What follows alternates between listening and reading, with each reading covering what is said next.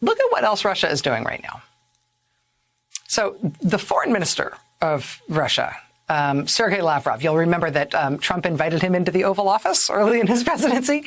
Yesterday, Lavrov was asked about that upcoming summit between Putin and Biden, and Lavrov said one of the things Russia is going to raise at the summit, one of the things that Putin is going to press Biden on, is what Lavrov called the, quote, persecution of those accused of the riots on January 6th.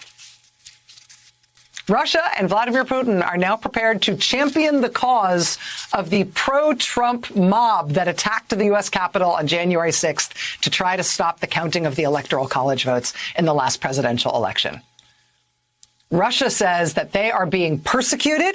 They are very concerned. They're going to make an international incident out of the U.S. prosecuting the people who took part in that attack, saying that that is persecution of the political opposition and should be a source of international scandal. Of course they're doing that. Of course they are. But meanwhile, here's what's become of the candidate they tried to help against Biden in this past election and against Hillary Clinton in the election before that. Meanwhile, here is what's become of him and the movement that is still supporting him. As far as I know, this is the first case of abject fraud and obtaining a coup of the United States of America. So it's going to have to be dealt with. It should be that he can simply be reinstated, that a new inauguration date is set.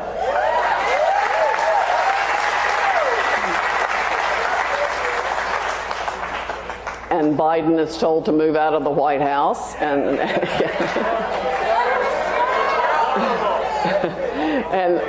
and President Trump should be moved back in. That was from a QAnon conspiracy theory conference that was held this weekend in Dallas, Texas.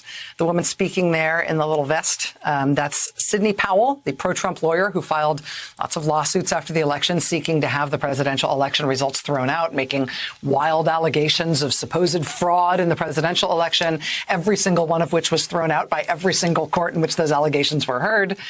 But it doesn't matter. In Republican circles, it doesn't matter that the fraud claims aren't true. They are the preferred reality. Trump won. He won.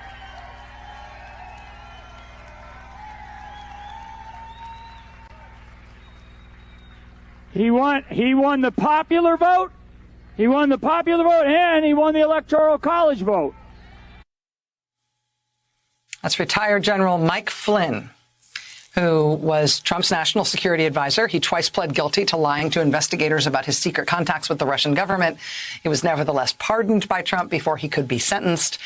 The Trump administration apparently planned to bring Mike Flynn back into government if they had won a second term. The New York Times reported in February that Trump told people that in a second term, he would make Mike Flynn White House chief of staff or director of the FBI. Sure, why not? He seems like he's totally together. I'm a simple Marine. I want to know why what happened in Myanmar can't happen here.